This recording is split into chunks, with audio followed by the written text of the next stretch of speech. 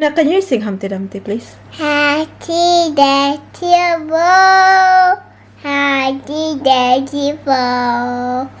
How should you remember? Uy, mataka lang nga. Mama Black Sheep na lang. Baba jump si piano, ya ya. Twinkle, twinkle sa anak, be. No, joy yes papa. Twinkle, twinkle. No, joy yes papa.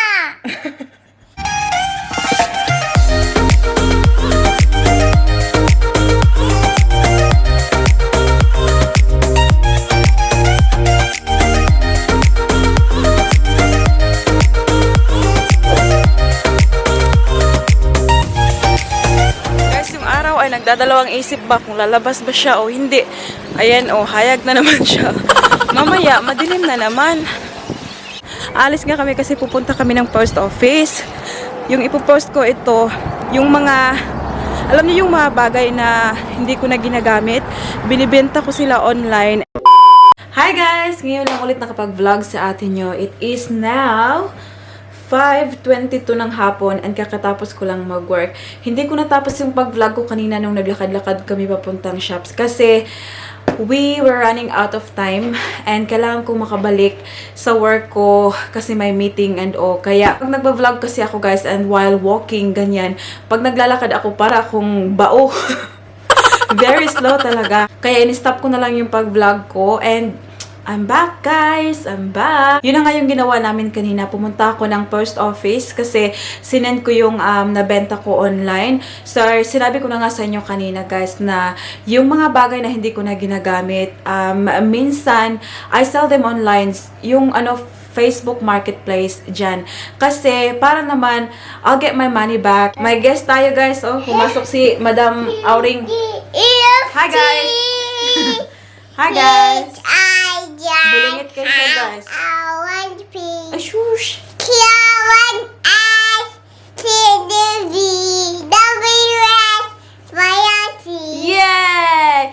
Now you know my ABC.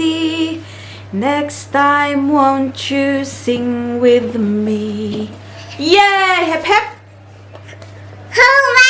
Yeah! May share pala ako sa inyo guys about online selling. So yung sister Mimi ko sa Pilipinas, anak, may storytelling nak.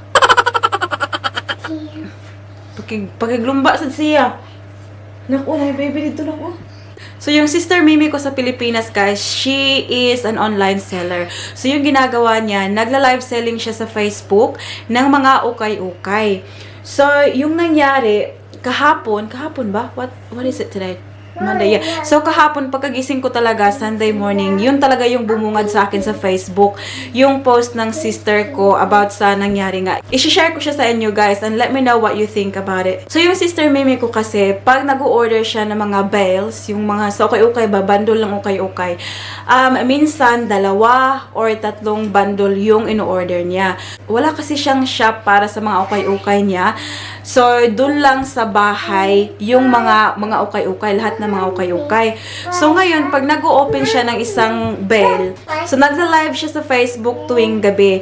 And, when she decided to open another bell, kasi paiba-iba yung sa kanya eh. May mga shirts, tapos may mga, ang tawag ito, mga households, tapos yung iba, mga hoodies, yung mga ganun. So, pag gusto na niyang mag-open ng isang bell, yung ginagawa niya sa hindi pa naubos, galing sa yung unang bell, pinapatake all niya. Ang nangyari nung Saturday is that may nagbili sa kanya na from a different town. So parang yata mga 1, 2, I don't know, maybe 3 towns away from us. So yung ginawa niya, sinend niya yung video doon sa gustong bumili, mag-take all nga nung ukay-ukay niya. So after niya isend yung videos and photos, nag-agree na si buyer na okay daw lahat. So yung binenta niya was, I think it was 200 or more pieces of clothing for 2,500. And then, nag-message sa kanya yung buyer, sabi kulang daw ng konti kasi mahal daw yung bayad ng padala or something. So, yung sister ko naman, kasi yung sister ko, mabait talaga yun siya, guys. Kilalang kilala ko talaga yung sister ko. So, yung sister ko nag-agree, sabi, it's okay, kahit na kulang, it's fine. Ipapadala lang namin sa, yung parang may multicab ba na bumabiyahe galing sa town namin papunta sa kanila. So, yung ginawa ng sister ko, pinadala nila nung Saturday. Nagkausap pa kami ng sister ko noon ng Saturday kasi always naman kami niyang nagtatawagan kasi very close talaga kami ng sister Mimi ko. Tapos, when I was talking to her that day, super happy siya. Sabi niya, may bumili ng pinatake all ko. Tapos, kakasend lang namin. Nadala namin sa sasakyan papunta sa kanila. So, ang nangyari nung Saturday night, guys, yung sister Mimi ko, nag-live na naman siya sa Facebook. So, yan yung ginagawa ng sister ko, mag-live selling sa Facebook every night. So, yung buyer niya pala na yun, nag-message sa kanya. Sabi niya sa sister ko na yung buyer daw niya, hindi tinuloy yung binili niya from my sister. So, dahil nga nagla-live yung sister ko, hindi siya na-replyan. Pero kasi nag-strong man si ate, kaya yung nag-reply, yung boyfriend ng kapatid ko, sabi na, nag-live pa kasi si Mimi, pwede mamaya na lang niya replyan kasi hindi kami makadecide niyan. Si Mimi lang talaga yung makadecide niyan. Kasi nga gusto niyang isauli kasi daw hindi tinuloy ng buyer niya. So ngayon, kasi yung sister ko hindi man nakareply kasi nagla-live nga. So, alam niyo yung ginawa ng buyer, guys? So, yung ginawa niya, nag-post siya sa Facebook ng mga kung ano-ano tungkol sa sister ko. Sabi niya, mukha kang pera, ngayon na nakabili na ako sa'yo, ayaw mo nang mag-reply, yung parang ganun ba. Tapos, sinabi pa na, binayad daw niya 2,500, tapos yung pinadala daw ng sister ko, trapo daw. Pinapunta ko muna si Paris sa daddy niya kasi hindi talaga ako matapos dito sa aking storytelling pag nandito siya kasi sobrang kulit. Anyways, saan ba ako natapos nun, guys? So yun nga sabi niya na nagbayad daw siya ng 2,500 tapos yung pinadala daw ng sister ko ay mga yung mga rag daw ba, mga trapo daw, hindi daw maganda yung mga quality. Pero pinaintindi na nga siya ng boyfriend ng kapatid ko nga si Mimi nga kasi nagla-live pa kaya hindi siya makareply. Alam nga naman mag-stop si Mimi in the middle of live selling. May mga buyer na naghihintay, di ba? Pero hindi talaga siya makaintindi, guys. That's why she just went to Facebook tapos nag-post siya ng kung ano-anong masasakit na salita for my sister. Ay, doon talaga ako nasaktan, guys, kasi sabi niya pa na mukhang pera daw yung kapatid ko, na ang sarap daw sampalin, alam niyo yun. Tapos nung nakita ko yung sister ko na habang nagla-live selling umiiyak, naku, yung puso ko talaga ay parang hiniwa ba. Very protective ako na sister. Ang lahat naman siguro ng sister, protective talaga sa mga kapatid nila. Pinakaayaw ko talaga, guys, yung nakikita ko yung mamahal ko sa buhay na umiiyak. Tapos, on top of that, kasi, very emotional kami. Kaming magkakapatid talaga. We are soft-hearted na mga tao. And, yun bang, maliliit na mga bagay na ganyan, nasasaktan kami at madali kaming umiiyak. Kasi alam na alam namin kung anong klaseng tao kami. Alam na alam ko kung anong klaseng tao yung kapatid ko. Huwag mong tawagin yung sister ko na mukhang pera, na gusto mong sampalin yung sister ko. Guys, alam nyo, madalang lang talaga akong magalit. Like, seriously, hindi talaga ako nagagalit ng mabilis. Pero nung nabasa ko na sinabi niya na gusto niyang sampalin yung sister ko, na mukhang pera yung kapatid ko, naku, yung dalunggan ko parang nag-aso-aso ba, na bad vibe talaga ako pagkagising ko kahapon ng umaga. Tapos sa sarili ko, guys, sabi ko talaga, sige, sampalin mo yung sister ko, ako talaga yung makakalaban mo. Nasaktan lang talaga ako na may mga tao na parang kung magsalita, parang hindi sila tao, na para bang wala silang mga puso talaga kung magsalita.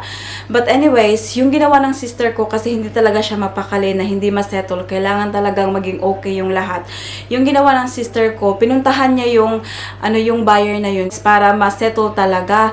Tapos nung pagkadating doon, sabi ng sister ko, kawawa naman daw talaga kasi 14 years old pa pala yun siya. Tapos kasi may anak na siya. I think naintindihan ko ngayon yung side niya, bakit niya nasabi yung ganun. Kasi parang naging, alam ko yung frustration niya. Kasi parang sinangla daw niya yung kwintas niya para mabili yung ukay-ukay na yun from my sister. Tapos yung buyer niya nag-back out. Tapos panggatas daw yun ng anak niya.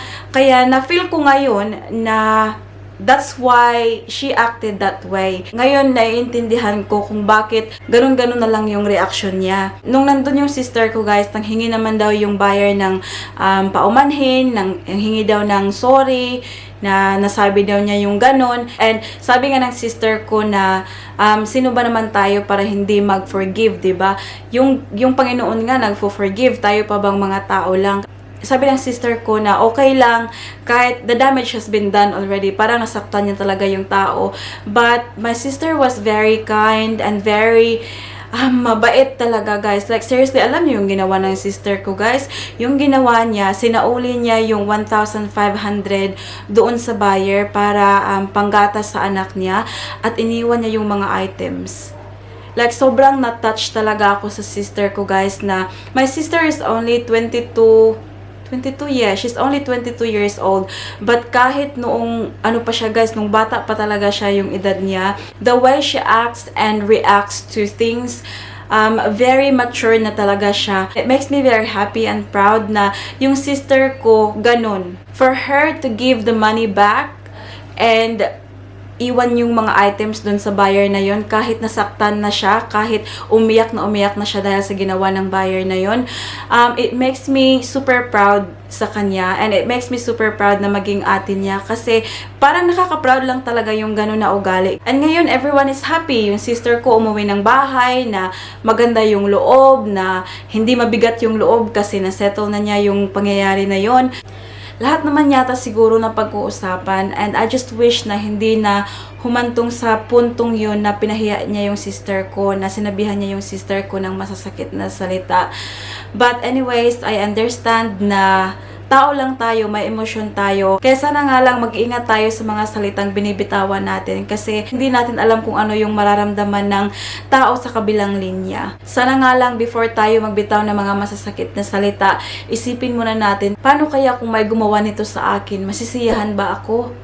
Pero minsan nga, naiintindihan ko na pag nasa part na tayo na parang nagiging emotional, like very emotional na tayo. Minsan hindi na tayo nakakapag-isip ng mabuti. Kaya minsan, kailangan natin munang mag-relax bago tayo mag-react ng kung ano-ano. Johnny! Yes, yes, Papa. Eating sugar. No, no, Papa. Telling lies. No, no, Papa. Open your mouth. Ha ha ha. Paris. Yes, yes, Joy. Ano sila? Yes, yes, Joy. Hi guys! Good evening! Anong oras na nga ba? Mag-time check tayo, guys. It is currently 8:16 na ng gabi, and nag-shower pala kami ni Paris kanina after naming mag-dinner. Ayan. So, medyo basa pa yung aming mga hair. But, ay, kay Paris pala ay hindi na basa, oh. Very dry na. Yes, yes, Mommy. Eating sugar. No, no, Mommy. Telling lies. No. Telling lies na? No, no, Mommy. Open your mouth. No, no. No. Kakatapos lang namin mag-video call ng mama ko, guys, kasi yan yung ginagawa namin every night. Nag-video call talaga kami kahit half an hour lang before bedtime ni Paris. Kasi 'di ba sabi ko before, gusto kong kahit malayo si Paris sa family ko, is very close pa rin siya kahit sa kahit sa video call lang ganun. Kaya yun yung ginawa namin. Nagbabay lang ako kasi i-ready ko na yung mga gamit ni Paris for tomorrow, kasi bukas ay Tuesday. So si Paris is going to childcare. Nak, you gonna go see your friends tomorrow? What's the name of your teacher, Nak? Dear. Sarah? Sa. And? Hito. Hital. And the other one? Ha. Who's the other one? Ha. Who's the other one? What was that? Caroline? No. Bugoy. Uy. Ay, na anak. Mabuak na, anak. Nak. What's the name of your friend at school, Nak? Was that Elwood? Please. Phoenix? Hito. Hito? Who's the other one? Sa. Sarah? Hito. Hito? Sarah. Sa. Sa. Sarah, now can you sing Humpty Dumpty, please? Happy Daddy Bo. Happy Daddy Bo. How should you remember? Uy, mataka lang nga. Baba, black sheep na lang. Baba jump si piano. Yes, sir, yes, sir. Joy, yes, Papa. Joy, yes, Papa. Pagdarang ba? Ay, Joy, pagbalin joy, na. yes, Papa. Kato na lang ko anak. Twinkle, twinkle, little star. No, then joy, joy, yes, Papa. Johnny, yes, Papa day. Johnny. Yes, yes, Papa. Eating sugar. No, mommy. Telling lies. No, mommy. Open your mouth. Ha, ha, ha. Twinkle, twinkle sa anak, be. No, joy, yes, Papa. Twinkle, twinkle. No, joy, yes, Papa. Sige na. Sige, sing na. No, mommy can. Mommy say, okay. Paris. Joy. Dili ko sa Joy, part. yes. Okay. Johnny. Yes, mommy. Eating sugar. Yes, mommy. Telling lies. No, mommy. Open your mouth. Ha, ha, ha. Yay! Pass. Paris. Yes, mommy. Eating pancake. No, eating ticker. Sugar. Nice. Eating sugar. Yes, mommy. Telling lies. Yes, mommy. Open your mouth. What's the color of the candle now? What? White. Can you smell the candle? It's a yucky. Yuck, it's not. It smells good. No, yucky, yuck. No, it smells good. No. And I'll say, hi guys. Thank you for watching. Hi, so ayan na nga guys. Ito yung dadalhin ni Paris bukas sa childcare. I-ready ko na yung mga dadalhin niya tapos yung susuotin niya bukas. Ayan. Magdi-dress si Paris bukas guys. Oh, very girly siya bukas. Ayan. Yes. Kasi yung mga damit niya guys, lumiliit na. Hindi pala lumiliit. Si Paris yung lumalaki, kaya maliit na sa kanya. Kaya I make sure na masusuot niya ba kasi parang ganito, oh. Siguro, twice lang to niya nasuot. Sayang naman. Pag hindi niya masuot. Anyways, yun lang yun guys, yung gagawin natin ngayon. After this one, ipapatulog na natin si Paris. And then, we're gonna go to bed as well kasi trabaho na naman bukas, guys. Alam nyo na. Maraming salamat talaga, guys, sa inyong lahat. Hindi talaga kami magsasawang magpasalamat sa inyo sa lahat ng suporta na pinapakita nyo sa channel namin. And ngayon ay magsha-shoutout lang tayo, guys, sa ating mga mahal na subscribers. Ang aking anak ay saba kaayo, oh. Humpty-Dumpty daw. First shout out goes to Cherry Salazar watching from Makati City. Shout out to Janet Gordon. Hello, Dai. Nori Aliada. Evelyn Ramirez. And also sa only child daw niya, Mary Gladys. Shout out sa inyong lahat. Anak! Hilom, saan na ka mag-shout out, anak? Mura mong kuan biya, oy. Ambulance? What's the sound of the ambulance? No. Nino. No, you're doctor. Doctor, is that the doctor? Asa anak, Biki? Mag-finish at ani, nak. Mommy said she. Mama called the doctor and the doctor said, No, baby, the my bed. yay! Shout out to Nancy Cornejo from Bicol. Shout out to Daya Magallanes from Bacolod, Philippines. Shout out to Vivian Bayona.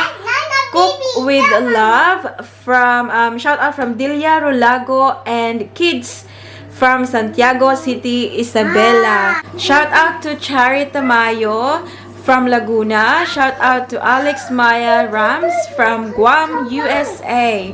Shout out to Angela de las Alas from Iligan City, and shout out to Jane Garcia from Doha, Qatar.